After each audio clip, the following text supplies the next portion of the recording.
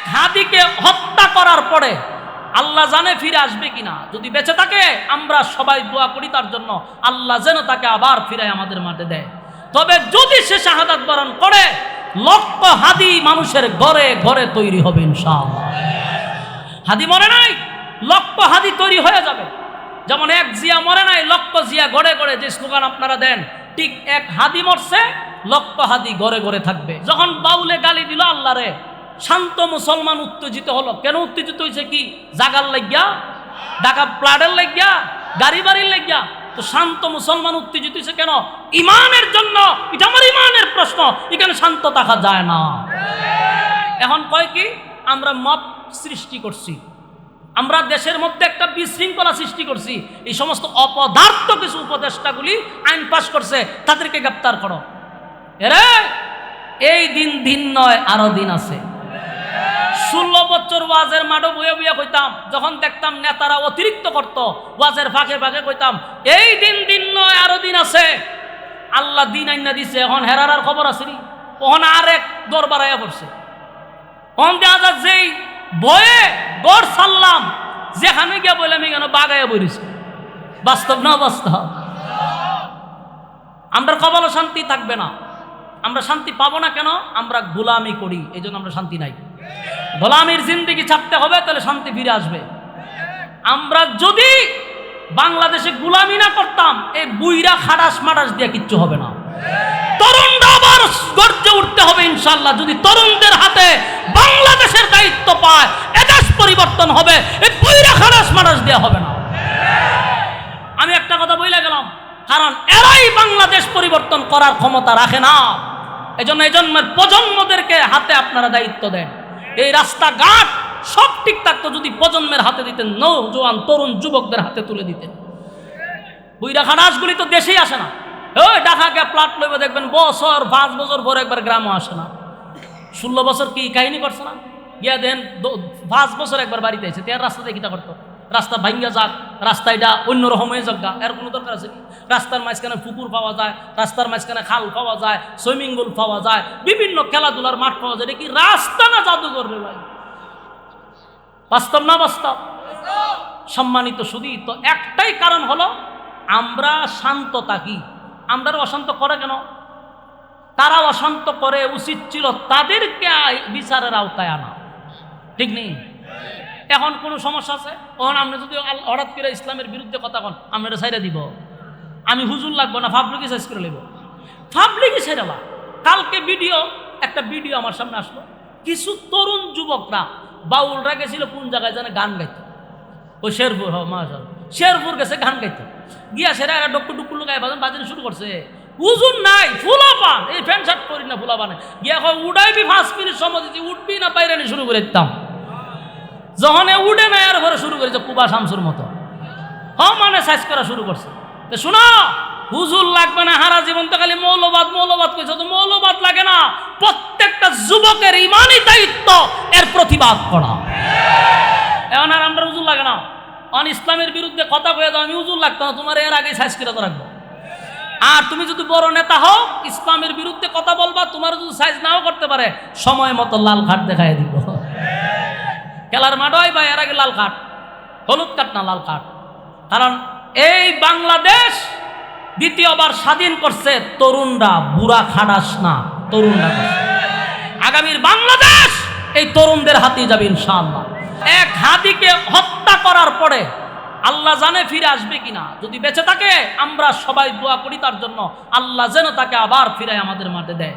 তবে যদি সে শাহাদাত বরণ করে, লক্ষ হাদি মানুষের ঘরে ঘরে তৈরি হবে ইনশাআল্লাহ। হাদি মরে নাই, লক্ষ হাদি তৈরি হয়ে যাবে। যেমন এক জিয়া মরে নাই, লক্ষ জিয়া গড়ে গড়ে যে স্লোগান আপনারা দেন, ঠিক এক হাদি মরছে, লক্ষ হাদি ঘরে ঘরে থাকবে। আর আমরা বাংলাদেশে আসতে গিয়ে যে উন্নয়নের রাস্তা দিয়ে আমরা আসি, পৃথিবীতে এমন উন্নয়নের রাস্তা আর নাই। পৃথিবীতে এই রাস্তাগুলি দেখার জন্য একসময় মানুষ আসবে, বিভিন্ন দেশ থেকে আসবে, জাদুঘরের হাল দরকারি রাস্তাগুলি। আমি মাঝে মধ্যে চিন্তা করি, গত 16 বছর কি উন্নতিটা করলো। ব্রাহ্মণবাড়িয়ার থেকে আপনারা কুমিল্লা আসতে যে রাস্তা আছে, পৃথিবীর ইতিহাসে এরকম রাস্তা আর একটা আছে কিনা আমার জানা নাই ভাই। সর্বনাশ সর্বনাশ। গাড়ির যদি জবান থাকতো গাড়ি কথা কওয়া শুরু করতো।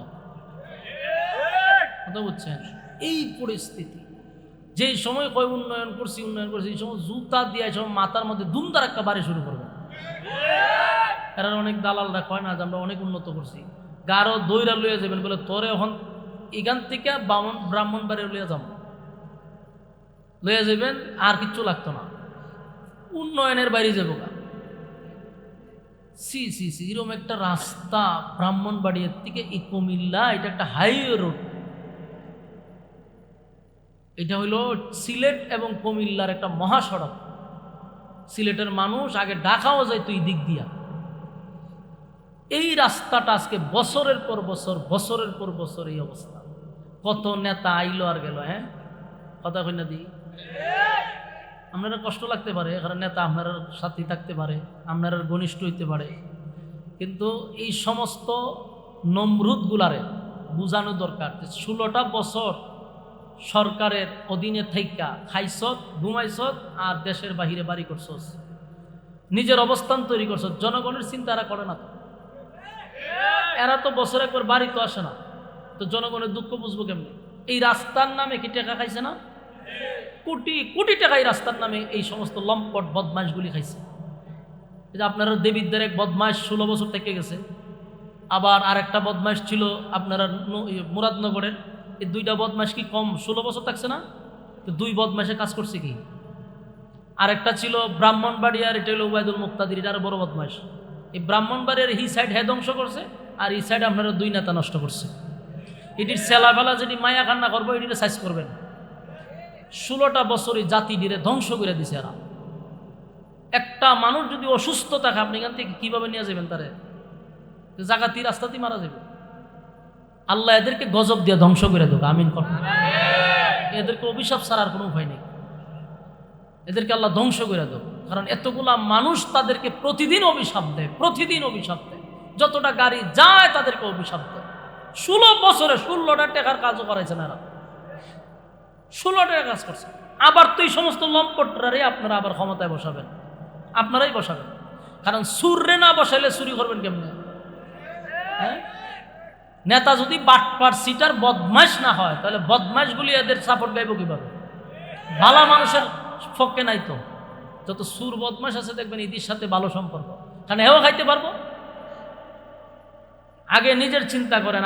আমার বক্তব্যটা হলো, ভালো মানুষের দ্বারস্থ হন, অন্তত পক্ষে কিছু খান আর না খান, জীবনটা সুন্দর চলবে, এই ভোগান্তি আর হবে না।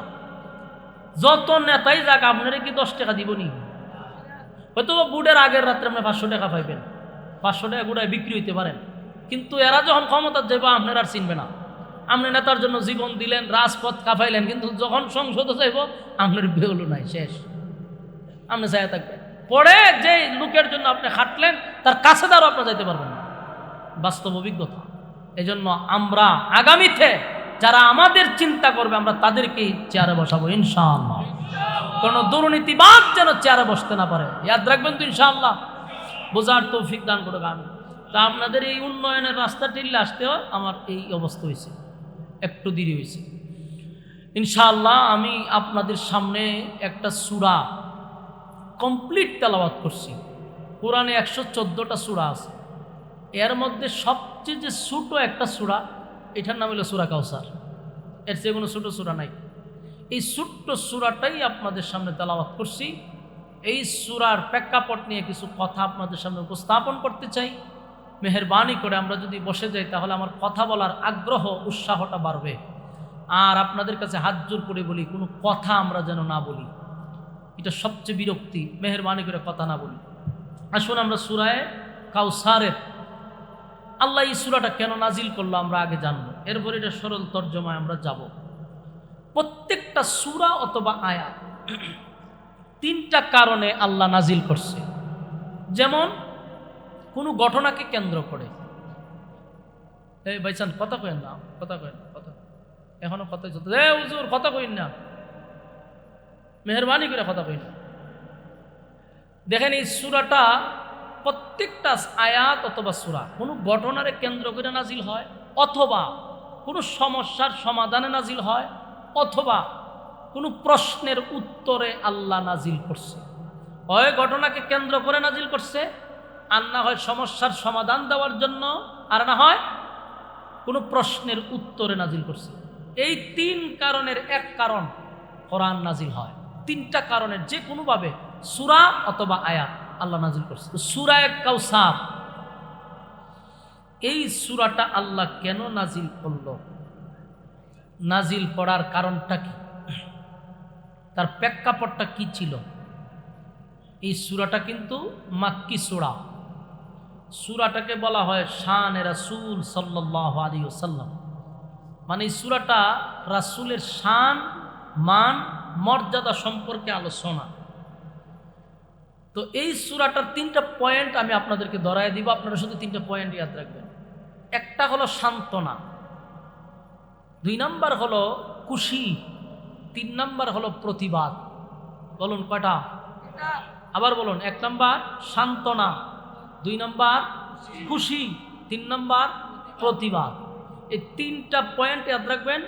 আলোচনার শেষে এই 3 পয়েন্টে গিয়ে আলোচনা শেষ হবে, তখন আপনি মিলাইবেন সান্ত্বনা, খুশি, প্রতিবাদ। সান্ত্বনা হলো রাসূলকে আল্লাহ সূরা নাজিল করে সান্ত্বনা দিছে, 1। 2 নম্বর, এই সূরা নাজিল করে রাসূলকে খুশি করছে। 3, এই সূরা নাজিল করে আল্লাহর তার বন্ধুর পক্ষে প্রতিবাদ করছে। এই হলো 3 পয়েন্ট। আপনারা যারা ভলান্টিয়ার আছেন, মেহেরবানি করে এখানে একজন, ওখানে একজন, 3 জন লোক কারা থাকেন ওইদিকে, একটা ছেলে ওজন এখানে কথা না বলতে পারে, মেহেরবানি করে এইটা দায়িত্বটা পালন করেন। যারা বেজ আছে গলায়, আপনারা ওই সাইডগুলোতে দাঁড়ায় থাকেন, মনোযোগ দিয়া শুনেন। 3টা পয়েন্ট। এই যে বাচ্চাগুলো কথা বলতেছে, ভাই দৌড়াই দেন। তো সান্ত্বনা, খুশি, প্রতিবাদ। তো সান্ত্বনা কেন দিল, খুশি কেন করলো, প্রতিবাদটা কেন করলো, এই কেনটা আমরা বাইর করবো, তাহলে এই খুশি, সান্ত্বনা, প্রতিবাদ বাইর হয়ে যাবে। আসল কেন করলো? রাসূল আরবি সাল্লাল্লাহু আলাইহি সাল্লামের সবচেয়ে দুঃখের সময়, সবচেয়ে কষ্টের সময় এই সূরাটা নাজিল হয়েছিল। এত কষ্ট রাসূলের 63 বছরের জিন্দেগিতে আর কখনো আসে নাই। রাসূলের ফুল জীবন এটা 63 বছর। এই 63 বছরের ভিতরে এত কষ্টের সময় কখনো আসে নাই। আল্লাহ তখনই এই সূরাটা নাজিল করছিল। 1 নম্বর হলো রাসূল যখন কালেমার দাওয়াত দেওয়া শুরু করলো, তখন আপনারা জানেন যে মক্কাতে অনেক বাধা আসছে। যখন মূর্তি পূজারীরা তাদের ধর্ম প্রচার করত, খ্রিস্টানরা তাদের ধর্ম প্রচার করত, ইহুদিরা তাদের ধর্ম প্রচার করত। তো রাসূল যখন 40 বছর পূর্ণ হওয়ার পরে একত্ববাদী খোদার দাওয়াত দিল, তখন এই 3 দল রাসূলের বিরুদ্ধে দাঁড়ায় গেল। আর সবচেয়ে বেশি রাসূলের বিরোধিতা তখন বেশি করছে সবচেয়ে আপন মানুষগুলা। যেমন রাসূলের একজন চাচার নাম হলো আবু লাহাব। এই ব্যক্তিটা রাসূলের সবচেয়ে বেশি আপন ছিল। যেমন রাসূলের শুধু চাচাই ছিল না, রাসূলের 2টা মেয়েকে আবু লাহাবের 2 ছেলের কাছে বিবাহ দিছিল। তাহলে বলুন কত সম্পর্ক! শুধু কি চাচা না বিয়ায়ও? বিয়ায়ও, চাচাও। তাহলে চাচার থেকে বিয়া হইলে কেন? আবু লাহাবও রাসূলকে খুব বেশি মহব্বত করত এবং মানুষের কাছে রাসূলকে নিয়ে গর্ব করত, যেটা আমার বাতিজা, আমার বাতিজা। আমি দিলাম ভলান্টিয়ার এখানে দাঁড়া করাইয়া, উনি আরো ধীরে ধীরে আরো পাক্কা কথা হয়, দায়িত্ব পালন করতেছে। আপনার দায়িত্ব হইল কেউ কথা যাতে না হয়, আপনাদের রাইন যাতে দূরে হতে হইব কেমনি। মেহরবানি করে কথা সাউন্ড বন্ধ করেন, মনোযোগ জাগা আমার দিকে। কথা কইলে এত বিরক্ত লাগে আমার। তো এই এত মহব্বত কেন হইল? যে রাসূলকে উনি পছন্দ করতো এবং বুক ফুলায় হইতো, এটা আমার বাতিজা, এটা আমার ভাইয়ের ছেলে, গর্ব নিয়ে করত। আপনারা এখান দিয়ে বল দরবা এমাদা থামাইতে এমাদা কথা কয়। তো ওয়াজ করবালে দিব না, মাঝখান থেকে বামার ঢুকাই দিব। কি তার শুরু করছেন আপনারা? চাচা ফুলা বানাইলেন না ধমক দিতে? আপনারা মুরব্বী মানুষ, মনোযোগ দিয়ে শুনেন। আল্লাহর রাস্তে আমি গিচ্ছা কাহিনী কোনো সময় ওয়াজ বলিও নাই ভাই, আপনাদের সময় নষ্ট করতে আসি নাই। যতটুকু কথা বলবো একেবারেই কোরআন থেকে বলবো, মেহেরবানি করে শুনেন, ভালো লাগবে। দেখেন এই সূরা কাউসার নাজিল হয়েছে রাসূলের কষ্টের সময়। তো কষ্টটা কি ছিল যে যখন আপনাকে কেউ আঘাত করবে, এটা যদি ভিন্ন মানুষ হয় কষ্টটা এত লাগে না, যখন নিজের মানুষ আপনাকে আঘাত করে তখন কিন্তু কষ্টটা বেশি লাগে। রাসূলের সবচেয়ে আঘাতপ্রাপ্ত হয়েছে নিজের ঘরের মানুষ আবুল আহাব। এই আবুল আহাব নিজের দুইটা মেয়েরে রাসূলের দুই ছেলেরে দিয়ে বিবাহ করাইল, সম্পর্ক আরো বাড়াইল। কিন্তু রাসূল যখন একত্ববাদী খুদার দাওয়াত দেওয়া শুরু করলো, সেই আবুল আহাব কই, এটা তো মেনে নিতে পারি না। মুহাম্মদ তো এতদিন ভালো ছিল, মুহাম্মদ ঠিকই ছিল, কিন্তু এখন যে দাওয়াত দিতেছে আমরা বাপ দাদার ধর্মের মধ্যে সুনকালি দিয়ে আমার বাতিদাকে আমি সাপোর্ট করবো না, নাউজুবিল্লাহ। এই আবুল আহাবই শুরু করলো। সর্বপ্রথম পাতল লইয়া কিন্তু আবুল আহাব দাঁড়াইছে, বিরোধিতা শুরু হইল। বিরোধিতা এমন বাড়ছে, শুধু রাসূলকে তখন শেল্টার দিত আবু তালেব চাচা, আরেকটা শেল্টার দিত আম্মাজান খাদিজা। যদিও উনি রাসূলের স্ত্রী, কিন্তু রাসূলকে শেল্টার দিত। রাসূলকে যদি কেউ গালমন্দ করত উনি প্রতিবাদ করতেন। তো মহিলা হইয়াও রাসূলের পাশে থাকতেন। আরেকদিকে হইল আবু তালেব। এই দুইজন ব্যক্তি ছাড়া কেউ রাসূলকে শেল্টার দেয়নি। তো আল্লাহর কি কুদরত, এইভাবে চলতে থাকলো। হঠাৎ করে এক সময় আবু তালেব মারা গেল। সবচেয়ে বেশি এই দিনের দাওয়াত দিতে গিয়ে যে সবচেয়ে বেশি সাপোর্ট দিত, এই লোকটাই মারা গেল। রাসূলের একটা সাইটই রাসূলের নষ্ট হয়ে গেল, মানে আঘাতপ্রাপ্ত হয়েছে। যে সময় হোক মানুষ বিচার নিয়ে আইলে আবু তালেব দাঁড়াইলে ভয়ে কেউ কথা বলছে না, এই লোকটা তো নাই। বলুন কষ্ট পাইছে কিনা? একটা আঘাত পাইছে। কিছুদিন যেতে না যেতেই আম্মাজান খাদিজাও মারা গেছে। এখন আরেকটা সাইড শেষ। সুখের কথা, দুঃখের কথা, সব কথা খাদিজার সাথে শেয়ার করত। খাদিজা রাসূলকে সান্ত্বনা দিত, এতে রাসূল একটা সান্ত্বনা পাইতো। এই কলিজার টুকরা স্ত্রী চলে গেল, বলুন আঘাত কটা পাইল? এই দিয়ে ইয়াদ রাখবেন, আমি প্রত্যেকটা কথা বলবো, আপনারা গণবেন যে আঘাত দুইটা হয়েছে। 3 নম্বর, রাসূল এখন দেখলো মক্কার পরিস্থিতি খুব ভয়াবহ। কারণ একদিকে খাদিজা নাই, আরেকদিকে আবু তালেব নাই। এখন মক্কার মানুষ এতদিন তো গালমন্দ করছে, রাসূলের শরীরে টাচ করার সাহস পায় নাই। কিন্তু এখন যে পরিস্থিতি, তারা মারমুখী অবস্থায়। এখন রাসূল দাওয়াত দিয়ে গেলেই মারবে, আক্রমণ করবে। রাসূল পরিস্থিতিটা বুঝতে পারছে যে মক্কার অবস্থা এখন স্বাভাবিক না। চিন্তা করলো কালেমার দাওয়াত তো বন্ধ করা যাবে না, আপাতত না হয় মক্কা আমি দাওয়াত বন্ধ রাখলাম, দূরে কোথাও দাওয়াত গিয়ে আমি চালু রাখলাম। তাই সিদ্ধান্ত নিল মক্কা আপাতত দাওয়াত বন্ধ। এখান থেকে রাসূল মক্কার থেকে চলে গেছেন তায়েফে গিয়া যখন কালেমার দাওয়াত দিতে গেল, তখন ওখানকার মানুষ রাসূলকে আঘাত করতে লাগলো। এমনভাবে আঘাত করছে যে রাসূলের শরীরের চামড়া, পেটে রক্ত মোবারক বাহির হয়ে গেছে। সাধারণ রক্ত না, রাসূল বেহুশ হয়ে পড়ে গেছে, এত রক্ত জড়াইছে। আবার উঠছে, আবার মারছে। ইতিহাস আপনারা জানেন দেখে আমি শুধু বুঝাইতেছি, আমি তায়েফের ঘটনা বলার উদ্দেশ্য না। তাহলে সেখানে কি হইল? রাসূল রক্তাক্ত হইল। এতটা কষ্ট পাইছে যে কেউ রাসূলের পক্ষে যে ফিরাইব এমন লোকও ছিল না, বেহুশ হয়ে পড়ে গেছে। আঘাত পাইয়া আল্লাহর রাসূল সেখান থেকে আবার মক্কায় আসলেন। বলুন কষ্ট কয়টা গেল? 3টা। আপনারা গণবেন, গণলে সুবিধা হবে। 3টা আঘাত পেয়েছে। 1, স্ত্রী মারা গেছে। 2, চাচা মারা গেছে। 3, নিজে রক্তাক্ত। এতটা আঘাত পাইছে যে রাসূলের শরীরের রক্ত শূন্য হয়ে গেছে। চলে আসলো মক্কায়। এখন বলুন তো দেখি, মক্কায় আসার পরে উচিত ছিল না ওনার মানুষ ওনাকে সান্ত্বনা দেওয়া, যে হারে এতটা মার খাইছে, অথবা তোমার স্ত্রী মারা গেছে, সান্ত্বনা দেওয়ার কথা ছিল। কেউ সান্ত্বনা রাসূলকে দেয় নাই। আঘাত নিয়া যখন মক্কায় আসছে, এর কিছুদিন পরেই শুনতেছে চতুর্দিক দিয়া রাসূলের কর্মীদের উপরে আক্রমণ শুরু হয়েছে। যারা কালেমা পড়ছে এদের উপরে আক্রমণ। তো একজন নেতা হিসাবে যখন কর্মীরা নবীর সামনে মার খায়, নেতার সামনে যখন কর্মীরা মার খায়, নেতার কষ্ট লাগার কথা নেই? কথা হয় না দি? তবে আমাদের দেশের নেতার কথা বলতেছি না, রাসূল করিম সাল্লাল্লাহু আলাইহি সাল্লামের মতো নেতার কথা বলতেছি। কারণ আমাদের দেশের নেতারা কোনোদিন আন্দোলনে গেলে নেতারা মরতে দেখছেন? কোনো নেতা মরতে দেখছেন? মরেন তো সাধারণ পাবলিক, সাধারণ ঘরের মানুষগুলা মরে, মধ্যবিত্ত ফ্যামিলির মানুষগুলা মরে, কিন্তু কোনো নেতা মরে না। কিন্তু আল্লাহর রাসূল কর্মীদের এই নির্যাতন দেখা রাসূল আর সহ্য করতে পারতেছে।